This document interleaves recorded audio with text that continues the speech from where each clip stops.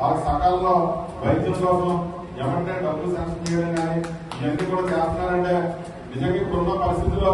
గత 5 సంవత్సరాల్లో కూడా చూసాం. మేము ఎక్కడైనా వైద్యం చేసుకుంటే సీఎం రిలీఫ్ ఫండ్ పెట్టాలంటే ₹1 కూడా ఇచ్చిన దాఖలు లేవు. వైసీపీ ప్రభుత్వంలో కూడా మన వాళ్ళకి సర్జరీ చేయించినవి కూడా నేను ఈ మధ్యకాలంలో 4,500కి ఇప్పించి అంటే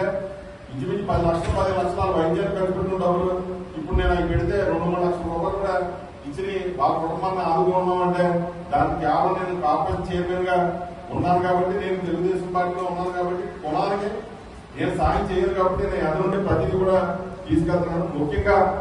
ఈ హైదరాబాద్ సంఘం చాలా బలంగా ఉంది. దీన్ని ఇంకా బలపడే విధంగా నా ఎదురు ఎప్పుడు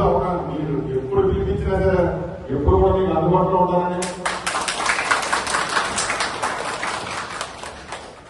ఎప్పుడు అందుబాటులో ఉంటూ మీకు ఏ సమస్య వచ్చినా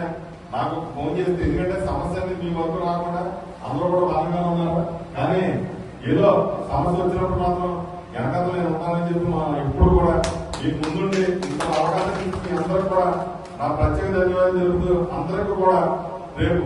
పండగ మీరు అందరూ కూడా అయ్యప్ప వస్తారు కాబట్టి మీ అందరికి కూడా భోగి సంక్రాంతి శుభాకాంక్షలు చెప్తూ